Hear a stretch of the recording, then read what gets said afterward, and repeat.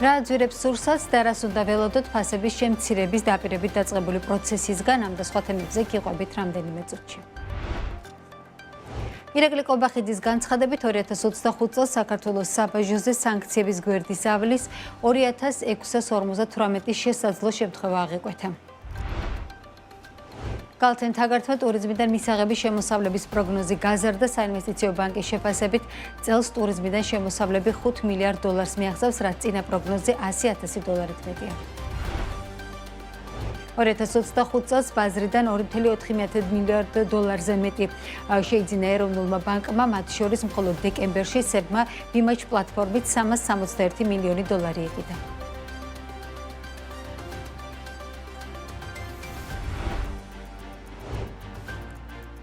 მოგესალმებით, ეს BMG რეგიონის წამყვანი ბიზნეს მედია სააგენტო საქმიან ამბებს BMG-ს გუნდთან ერთად ნინო ტაბატაძე წარმოგიდგენთ. ურთიერთობა ქსელურ მარკეტებთან საბანკო პროცენტები, მარკეტების რაოდენობა, წარმოების სიმცირე, ეს იმ გამოწვევების არასრული ჩამონათვალია, რაც წარმოებელთა შეფასებით ბაზარზე ფასებს აძვირებს. რიტეილ სექტორსა და დისტრიბუტორების შემდეგ ფასების კომისია დღეს მწარმოებლებს შეხვდა. შეხვედრის დასრულების შემდეგ ბიზნესის ნაწილი აცხადებდა, რომ მთავარი გამოწვევა ქსელურ მარკეტებთან ურთიერთობა და რიტეილ სექტორის მხრიდან დაწესებული მაღალი გადასახადებია. მწარმოებლების მეორე ნაწილი კი ამბობს, რომ თუკი ეს საკითხი მოგვარდება, შესაძლებელი იქნება სურსათზე ფასებიც კი შემცირდეს. ბიზნესმენი ლაშე პაპაშვილის თქმით კი ფასების შემცირებაზე ზეგავლენის რესურსი შეიძლება არსებობდეს მათ შორის საბანკო კრედიტების გაიაფებაში, ასევე უმსხვილეს გლობალურ კომპანიებთან მოლაპარაკებებში და მარკეტების რაოდენობის ოპტიმიზაციაში. ეს გიგანტები ვინც არიან, მსოფლიო გიგანტებს გულისხმობ მათთან მოლაპარაკებები არის ერთი მნიშვნელოვანი გზა არის საბანკო სექტორი და კრედიტების გაიაფება, ასევე უფრო მიზანმიმართული სუბსიდიები, რასაც ჩვენი სოფლის განვითარების სააგენტო აკეთებს ისედაც. ქსელების მე ვფიქრობ, რომ ძალიან კონკურენციაა ერთმანეთში და ძალიან ბევრი ერთ ქუჩაზე შეიძლება 5 შეგვდეს. ხო? ერთი მაღაზია რო გახსნა $1 მილიონი გინდა, მაგის რემონტში, მაგის დანადგარებში, მაგის ყველაფერში მოსახლეობაც წუხდება და შეიძლება ცოტა ამისი რეგულირება. ნაკლები კი არ უნდა იყოს, უნდა იყოს იქ სადაც საჭიროა. ჩემი რჩევა იყო, რომ 10-15 მსხვილი ბიზნესის წარმომადგენელი ჩაერთოს, რომ თავიანთი გეგმა დადონ. თვითონ როგორ წარმოუდგენია, იმიტომ ყველაზე კარგად ჩვენ ვიცი. შეიძლება რაღაც გამოსავლების და ფასტა რეგულირების გზის პოვნა ისე რომ არ დაზიანდეს მონაწილეები. ქსელების მხრიდან მაღალი მარჟების კეშბექების მოთხოვნა ჩვენთვის ქართველი მწარმოებლებისთვის არის ყველაზე დიდი ბარიერი, რომ მივახციოთ როგორც ფასის რეგულირებას, ასევე ზოგადად გადავრჩენს. შესაძლებელია თუ ქსელი მოიკლებს მარჟას, პირდაპირ გითხრათ, ძალიან რომ გავამარტივოთ, ვიღაცის ჯიბიდან ეს უნდა დააკლდეს. ეს არის ქსელი დღეს, ვინც აკონტროლებს ბაზარს და შესაბამისად ქსელმა უნდა გააკეთოს ოპტიმიზაცია. ბოლო 5 წლის განმავლობაში იცით რომ უბნის მაღაზიები დაიკეტა, 90% აიღეს უკვე ქსელურმა მაღაზიებმა. შესაბამისად შეგვიძლია ვთქვათ, რომ ისინი კარნახობენ ბაზარს უკვე იმ პირობებს, რისი შესრულებაც გვიწევს წარმოებლებს. თუ არ შევასრულებთ, დახლიდან მოიხსნებით.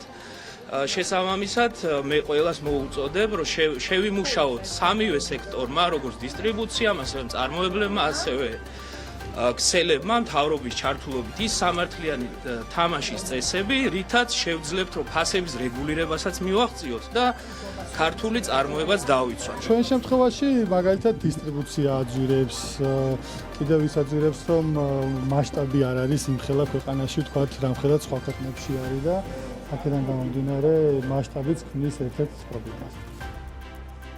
ამ შეხვედრების პარალელურად პრემიერ კობახიძე ირწმუნება, რომ ბიზნესი თავისუფალია და ასეთიც დარჩება, თუმცა იქვე ამბობს, რომ ამ ბიზნესმა სოციალური ფაქტორები უნდა გაითვალისწინოს. პროცესთან გაზდებს შესაძლო კარტელური გარიგებების თემაც, თუმცა მხოლოდ მინიშნებით და კონკრეტიკის გარეშე. მთავარი მიზანი ყველა შესაძლო გზით ფასების შემცირება. რა პროცესის მაყურებლები გავხდით და ანონსებული ფასების რეგულირების სცენარში, როგორ ფუნქციონირებს ბაზარი განვითარებულ ქვეყნებში, მათ შორის ევროკავშირში და რა შეიძლება იყოს ამ პროცესის სავარაუდო შედეგები. გიორგი მართვაძე, იურიდიული ფირმა JNT Consulting-ის მმართველი პარტნიორი გვერდდება და მასთან ერთად ვეცდებით, რომ დავინახოთ პროცესები ობიექტური პრიზმიდან. მოგესალმებით ბატონო გიორგი, ძალიან დიდი მადლობა. მადლობა მოწვევისთვის. დროისთვის. იმ თემაზე, რაზეც ახლა ბოლო პერიოდში აქტიური შეფასებები გვესმის, განხილვები, შეხვედრები არ არის ახალი. წლების განმავლობაში მუდმივად იყო ხოლმე დრო ამ თემაზე საუბარი. თუმცა საინტერესო არის, როგორ ხდება ეს ფასწარმოქმნის პროცესი, მათ შორის განვითარებულ ქვეყნებში, ევროკავშირში და რითი ვართ გამორჩეულები, რამაც ასეთი აჟიოტაჟი გამოიწვია. თუ ვართ საერთოდ გამორჩეულები? მადლობა, კარგი კითხვა. პირდაპირ გიპასუხებთ, რომ დიახ ვართ, იმიტომ რომ ჩვენთან საკმაოდ ორიგინალური პროცესები მიმდინარეობს ახლა, რასაც უყურებთ განსაკუთრებით სამართალდამცავი ორგანოების, ასე ვთქვათ, მოჭარბებული აქტიურობის კუთხით ამ მიმართულებით. იყო რამდენიმეჯერ გაჟღერებული, რომ მიზანი არის ის, რომ ფასწარმოქმნის პროცესი შეესაბამებოდეს ევროპულ პრაქტიკას. ევროპული პრაქტიკა არის აბსოლუტურად პირიქით, ანუ რა თქმა უნდა, არც ევროპაში და არც ამერიკის შეერთებულ შტატებში კონკურენციის საკითხებთან დაკავშირებით სისხლის სამართლის წარმოება არ გამოირიცხება, პირიქით, არის საკმაოდ მდიდარი პრაქტიკა ამ მიმართულებით, მაგრამ ეს ხდება როგორც ვთქვი პირიქით. ანუ ჯერ ხდება შესწავლა საკითხის და თუ აღმოჩნდება, რომ ეს ქმედება შეიცავს სისხლის სამართლის ნიშნებს, მხოლოდ ამის შემდეგ ხდება, ასე ვთქვათ, გადაცემა შესაბამისი ორგანოებისათვის ამ საქმის, რასაც ჩვენ ვუყურებთ, ყველაფერი პირიქით არის. ანუ ჩვენ შემთხვევაში პირდაპირ სამართალდამცავმა ორგანოებმა დაიწყეს. რატომ გახდა საჭირო სუსის ესეთი სწრაფი ჩართვა და პრინციპში თავიდანვე დაანონსდა, რომ სუსი გამოიძიებდა ამ პროცესს. რა მესიჯი შეიძლება ყოფილიყო ეს ბაზრისთვის? ჯერ სანამ ამ კითხვას უპასუხებდე, მინდა გითხრათ, რომ თვითონ ასე მეთოდოლოგიურად საკითხის ესე დაყენება, რომ სასურსათო პროდუქტების ფასებთან დაკავშირებით მოხდეს, ასე ვთქვათ, შესწავლა არის ძალიან ზოგადი და შეიძლება ითქვას ბუნდოვადიც, იმიტომ რომ როდესაც ხდება შესწავლა იგივე, ასე ვთქვათ, დასავლური საუკეთესო პრაქტიკა ამ შემთხვევაში არ მხოლოდ ევროპული, ამერიკულიც ასეთია, ხდება კონკრეტული პროდუქტების მიხედვით შესაბამისი ბაზრების კვლევა. ანუ მაგალითად, პირობითად რო ავიღოთ, ვთქვათ, ყავის მარცვლების და ხორცის ბაზარი შეიძლება იმდენად განსხვავდებოდეს ერთმანეთისგან, რომ მათი ერთიან გენერალურ, ასე ვთქვათ, რაღაც კალათაში ჩაყრა და იქიდან საერთო უნივერსალური წესების გამოყვანა ვერ ხერხდება როგორც წესი. ყოველ შემთხვევაში საუკეთესო პრაქტიკა ადასტურებს, რომ უნდა მოხდეს კონკრეტული პროდუქტების იდენტიფიცირება და მათი შესაბამისი, ასე ვთქვათ, ბაზრის გამოკვლევა. რაც შეეხება თქვენ შეკითხვას, რით იყო ეს განპირობებული, როგორც უკვე ვთქვი, საკმაოდ უცნაურია ეს მეთოდი, ასე ვთქვათ და ალბათ ამას ბევრი სხვადასხვა ახსნა შეიძლება ჰქონდეს, თუმცა მე ძალიან მეეჭვება, რომ ამ გზით მიზეზების დადგენამდე მივიდეთ. იმიტომ რომ ზოგადად ფასების ზრდის შეჩერება ჩემის ღრმა რწმენით საერთოდ, ასე ვთქვათ, ნულოვან ნიშნულზე ფასების ზრდის გაყინვა ალბათ შეუძლებელია. გრძელვადიან პერსპექტივაში ალბათ ფასები ნებისმიერ შემთხვევაში გაიზრდება. უბრალოდ აქ საუბარია იმაზე, რამდენით იზრდება ეს ფასები და რა არის იმის დასაბუთება, რის გამოც ეს ფასები იზრდება, ასე ვთქვათ. და შემდეგ მოდის უკვე შეკითხვა, თუ ვიპოვეთ მიზეზები, ანუ მოვახდინეთ ამ მიზეზების იდენტიფიცირება, მერე რა ზომები უნდა იქნეს სახელმწიფოს მხრიდან, ან თუნდაც ბიზნესის მხრიდან მიღებული საიმისოთ, რომ ეს ზრდა, მოდი ესე ვთქვათ, კონტროლს დაექვემდებაროს, ანუ იყოს გარკვეულწილად დასაბუთებული. თქვენ ახსენეთ ზომები. მოდით ვისაუბროთ რეალურად როგორ ფუნქციონირებს ხოლმე ბაზარი და რა ტიპის ზომები შეიძლება იყოს მიღებული. მაგალითად იგივე მაგალითად მოყვანილ ევროკავშირის ქვეყნებში, როგორ შეიძლება რა ტიპის ზომებით შესაძლებელია რომ ეს ფასები ზრდის ტემპი იყოს შენელებული. ბიზნეს სამართლის არც ერთ სხვა მიმართულებას კონკურენციის სამართლის გარდა არ აქვს იმხელა დამოკიდებულება სხვა დისციპლინაზე, რამდენიც კონკურენციის სამართალს.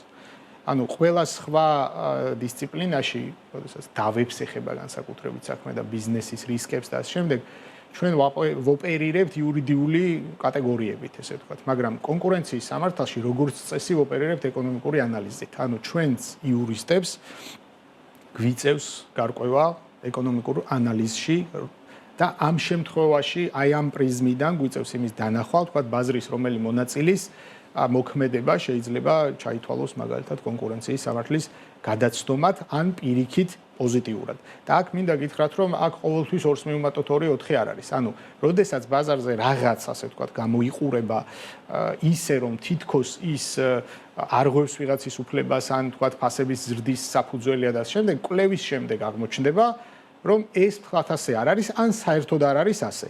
და ამას ძალიან ფრთხილი დამოკიდებულება სჭირდება. როდესაც საუბარი იყო მაგალითად იმაზე, რომ საზღვრამდე და საზღვრის შემდეგ, თქვათ, ხო, აი მაგალითი რომ მოვიყვანოთ, რა ღირს პროდუქტი საზღვრამდე და რა ღირს პროდუქტი საზღვრის შემდეგ. შესაძლოა ეს იყოს ერთ-ერთი კრიტერიუმი, ერთ-ერთი ძალიან ბევრ სხვა თანაბარ მნიშვნელოვან კრიტერიუმებს შორის, მაგრამ მხოლოდ ამ კითხვაზე პასუხის მიღებით შეუძლებელია იმის განსაზღვრა, ვინმე თავისუფალი კონკურენციის წესები დაარღვია თუ არა. ანუ მხოლოდ იმაზე საუბრით, რომ 86%-ით იზრდება კონკრეტული, ასე ვთქვათ, თასი, ვთქვათ, საზღვრიდან დახლამდე, არ ნიშნავს იმას, რომ ამაში, ასე ვთქვათ, პოპულარულ ენაზე რო ვთქვათ და ყოველთვის გასაგებ ენაზე, ვინმე დამნაშავეა. ამ შემთხვევაში მე საუბრობ ყველა მონაწილეზე, მათ შორის ქსელებზეც, მათ შორის სადისტრიბუციო კომპანიებზეც.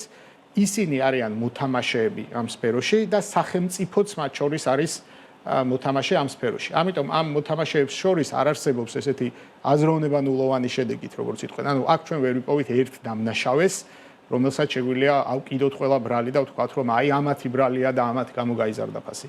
ეს არის უყურებთ, ესეც დამნაშავე მოძებნილი არის რიტეილ სექტორი. იმიტომ რომ ბევრი მოთამაშე არის რეალურად ამ ბაზარზე, მათ შორის დისტრიბუციის ნაწილში, წარმოებლების ნაწილშიც, რიტეილის ნაწილშიც.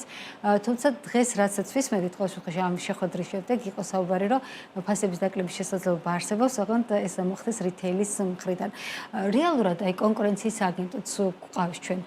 როგორ უნდა უყურებდეს კონკურენციის სააგენტო აი გრძელვადიან პერიოდში ალბათ ხომ და არა მოკლევადიან პერიოდში იმას რა ხდება ბაზარზე და ჩვენი კანონმდებლობა რამდენად თქვა არის საუკეთესო პრაქტიკების ნაკრები რომ ესეთი ტიპის რაიმე შესაძლო დაარღვევები თუ არსებობს ან არაკეთილსინდისიერი შეთანხმებები რომელზეც აქამდე არ გვსმენია რომ არის ბაზარზე ეს ყოფილიყო გამოვლენილი და დანახული. პირველი რაც ხაზგასმით უნდა ვთქვათ, დიახ, ჩვენი კანონმდებლობა ნამდვილად არის თუ საუკეთესო არა, ყოველ შემთხვევაში ვერ დავიჩივლებთ, რომ ძალიან ცუდია. ის შეესაბამება ძირითადად პრინციპულ დონეზე საუკეთესო ევროპულ პრაქტიკას და მას შემდეგ რაც ღრმა და ყოვლისმომცველი ვაჭრობის ხელშეკრულებას მოაწერა საქართველოს ხელი, ერთ-ერთი საკითხი ის ჰარმონიზაციაც უნდა მოხდარიყო იყოს სწორედ ეს კონკურენციის მიმართულება, რაც ჩემი აზრით საკმაოდ კარგად გაკეთდა თავის დროზე. ანუ ამ კანონმდებლობაში თუნდაც 2020 წელს მაგალითად შეტანილი იქნა ცვლილებები, რომლითაც კონკურენციის სააგენტოს უფლებამოსილებები გარკვეულწილად გაიზარდა. ანუ მას მიეცა მეტი ეფექტური ბერკეტი იმისთვის, რომ ამ ბაზრისთვის, ასე ვთქვათ, ბაზრის დაკვირვება ეწარმოებინა და შესაბამისი ზომები ამ კუთხით მიიღო. თუ ისევ ევროპულ პრაქტიკას დაუბრუნდებით, იქ არ ხდება მაინც და მაინც აპელირება იმაზე, რომ აი აუცილებლად ვიღაც უნდა დაჯარიმდეს, ან ვიღაცა, ვთქვათ, უნდა უარესი ციხეში უნდა ჩაჯდეს. არა, ამ კუთხით არ ხდება მიდგომა, რა თქმა უნდა, როდესაც აღმოჩნდება ესე კაც ქართულად როგორ უნდა თარგმნოთ, ცოტა რთულია hardcore კარტელები, ან კაცრი კარტელები, ისეთი კარტელები, რომლებიც უპირობოდ რაღაცა ვიღაც პასუხისმგებლობას გულისხმობს, არც იქ არ ერიდებიან ამ პასუხისმგებლობის დაყენებას, ოღონდ აქამდე ევოლუციის გზით მიდიან. ანუ ჯერ უნდა მოხდეს საკითხის შესწავლა და ამის შემდეგ უნდა გავიგოთ, არის თუ არა, ვთქვათ, კონკრეტული ეკონომიკური სუბიექტი დამნაშავე ამაში. მაგრამ სანამ აქამდე მივლენ, მაშინ როდესაც მაგალითად ევროპის კომისიას გამოაქვს გადაწყვეტილება კონკურენციის დარღვევასთან დაკავშირებით, აუცილებლად როგორც წესი 10-დან 8 შემთხვევაში ეს გადაწყვეტილება შეიცავს რეკომენდაციებს, გაიდლაინებს, ანუ რა უნდა გაკეთდეს გრძელვადიან პერსპექტივაში ბაზარზე იმისთვის, რომ ფასებმა არ დაიკლოს, ეს მოკაცრავად არ მოიმატოს და ეს ბაზარი თვითონ არის იმაზე ცოცხალი ორგანიზმი, ვიდრე ნებისმიერი სხვა ცოცხალი ორგანიზმი, რომელსაც აქვს უამრავი ბრჭყალებში რო ჩავსვათ ორგანო, რომელიც მოქმედებს. შესაბამისად, დღეს რაც არ უნდა გაარკვიოს რომელიმე სამართალდამცავმა ორგანომ, ზეგ შეიძლება ვთქვათ, კვერცხის ბაზარზე ან კარაქის ბაზარზე ისეთი ფუნდამენტური ცვლილებები მოხდეს, რომ ამას დაჭირდეს დამატებითი რაღაცა რეაგირება და დღევანდელი გაიდლაინით ხვალ ამას ვეღარ არეგულირებდე. ამიტომ ეს არის ცოცხალი პროცესი, ეს არის თანამშრომლობის პროცესი, რომელიც აუცილებლად უნდა იყოს ბიზნესსა და სახელმწიფოს შორის. ბიზნესის ინტერესი ამ შემთხვევაში არის, რომ პირველი მან აიცილოს თავიდან რისკები, მოსალოდნელი დაჯარიმების რისკები, ამიტომ ბიზნესი მაქსიმალურად ჭიდროთ ეთანამშრომლება სახელმწიფოს და სახელმწიფოს ინტერესი არის სწორედ ეს, რომ უყუროს პირველი, რამდენად თავისუფალია ბაზარი კონკურენციის კუთხით და მეორე, რამდენად არის მომხმარებლის ინტერესი, ასე ვთქვათ, ჩადებული და ასახული ამ ბაზრის განხორციელებაში, ამ ბაზრის სწორად, ასე ვთქვათ, მართვაში. კი ბატონო. ჩვენ ნახეთ ფრთხილი, ასე ვთქვათ, შეფასებები, ყოველ შემთხვევაში რიტეილერების და დისტრიბუტორების და ყველაზე თავამები აღმოჩნდნენ მწარმოებლები, რომლებიც ღიად საუბრობენ მთელ რიგ პრობლემებზე, რაც მათ ვთქვათ პროცესში ხდებათ. მათ შორის მცირე ბაზრიანობა ეს ჩვენ ალბათ ძალიან დიდ დარტყმას გვაყენებს, იგივე მარკეტებში შესვლა. თუმცა მაინც როგორი შეიძლება ყოფილიყო ბიზნესის პოზიცია, რა კუთხით უნდა იყოს მათი ვთქვათ არგუმენტები, მათი პასუხები. მე გარედან დამკვირვებლის თვალით, ესე ვთქვათ, რაც შევამჩნიე და რა შთაბეჭდილებაც დამრჩა, ბიზნესის პოზიციები ყოველ შემთხვევაში ჩვენ ვერ ვხედავთ რა ხდება კარს მიღმა, ასე ვთქვათ, ხო? ანუ როდესაც მიდის საუბრები და ითიშება კამერები იქ რაზე მიდის, ასე ვთქვათ, საუბარი და ვინ რა პოზიციას აფიქსირებს, მაგრამ ალბათ თუნდაც საჯაროობისთვის და იმისთვის, რომ რაღაცა კომპანიების ამ შემთხვევაში და გულისხმობ ორივე მხარეს, როგორც რიტეილს, ასევე დისტრიბუტორებს, გარკვეულწილად სოციალური ვალდებულებასავით მგონია, რომ ჩვენ როგორც მომხმარებლებსაც აგვიხსნან, რომ მაგალითად თუ თითოეული მათგანი თვლის, რომ არ არის მისი ბრალი ან თლიანად მისი ბრალი არ არის, კონკრეტულად რაში არ არის ეს და რატომ მიაჩნია ეს ასე. ანუ პრინციპულობის ის დონე და ხარისხი, რომელიც ჩვენ გვაქვს კომპანიების მხრიდან, ჩემი აზრით არასაკმარისია და ეს, რასაც მე ვამბობ, აუცილებლად არ გულისხმობ ვინმესთან დაპირისპირებას ან რაღაცა ვთქვათ პოპულისტური ან თუნდაც პოლიტიკური განცხადებების გაკეთებას. არა, უბრალოდ მე მგონია, რომ უფრო მეტი პრინციპულობა, თუნდაც საჯარო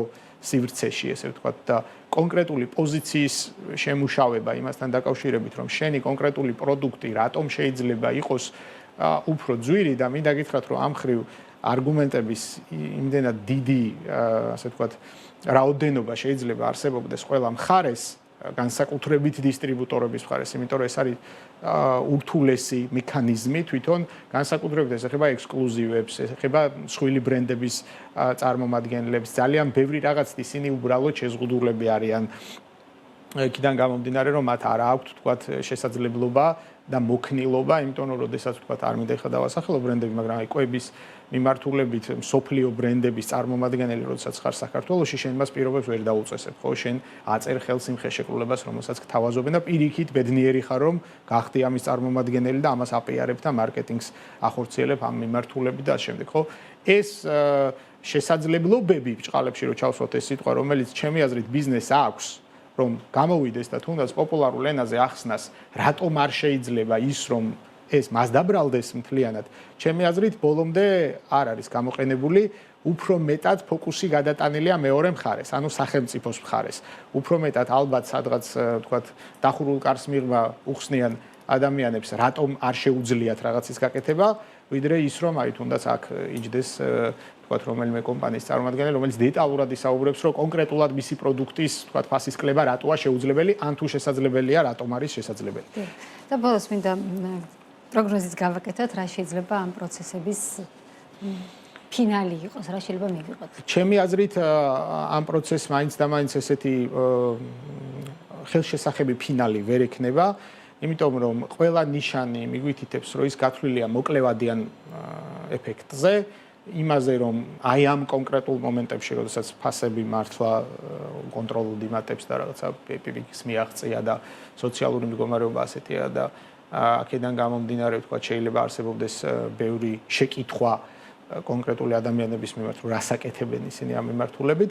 ალბათ ეს მოკლევადიანი პროცესიც მოემსახურება ამ მიზანს. გრძელვადიან პერსპექტივაში, როგორც ვთქვი, გრძელვადიან პერსპექტივაში მუშაობა გაცილებით უფრო რთულია, იმიტომ რომ გრძელვადიან პერსპექტივაში უნდა შეიქმნას კონკრეტული ხედვა, მიდგომა, იმიტომ რომ თვითონ კონკურენციის სამართალშიც არსებობს უამრავი კონცეფცია, უამრავი თეორია და მიდგომა, როგორ შეგიძლია შენ დაარეგულირო ესა თუ ის ამის შერჩევა უნდა მოხდეს, რა რისკები აქვს ამ კონკრეტულ მეთოდოლოგიას, მე ამ რისკებთან დაკავშირებით როგორ მუშაობთ, უკან როგორ, ანუ ეს არის კიდევ ერთხელ ვიმეორებ, ცოცხალი პროცესი, რომელიც ბიზნესსა და სახელმწიფოს შორის უნდა მიდიოდეს. ალბათ გარკვეული დროის შემდეგ გადაივლის ინტერესი ამ საკითხის მიმართ, ან უფრო საინტერესო საკითხი გამოჩნდება, რითიც ნამდვილად განებივრებულები ვართ დღეს ნებისმიერი მიმართულებით იქნება ეს გლობალური საერთაშორისო თუ რომელიმე შიდა საკითხი და ამ კუთხითაც ალბათ ისევ მივიწყებას მიეცემა და მე ამის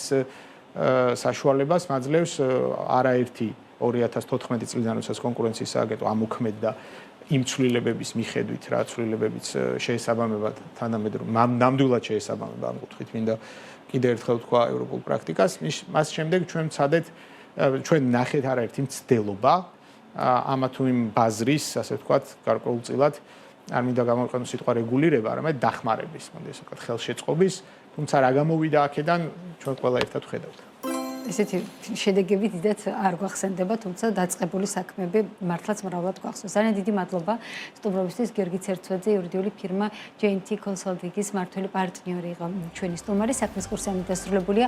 17 საათს და 40 წუთზე ბრუნდებით ეთერში დროებით.